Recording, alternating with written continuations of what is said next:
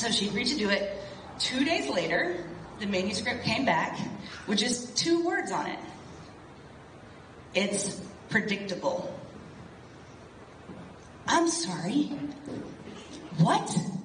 Like, what? What at all in the past 5 years? That's all the content of that book. What's predictable? Like, I don't know what kind of gift of prophecy you have, woman, but none of that was predictable. You know what I mean? No. Can anybody in here, just show of hands. Anybody in here could have predicted I would have had 4 babies at one time? Like, if so, we're going to have a conversation in the back when this is over, okay? Anybody in here could have predicted that my dad was going to die of Alzheimer's when he was just 63 years old. Anybody in here could have predicted that I would have a horrible betrayal within my company that would rock me to my core and make me question everything. Anybody in here could have predicted my brother was almost going to die twice of alcoholism.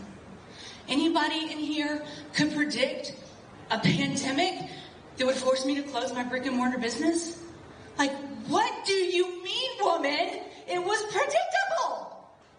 You're professional. I said none of that to her. I thought it all. I said none of it. And I was like, you know what? She's a professional. You're not. Maybe she has read tons of manuscripts where this exact same thing has happened. I don't know. It's possible. It's like, okay, take it, receive it. I was like, but, you're going to have to, just ask. So I was like, okay, really? How so?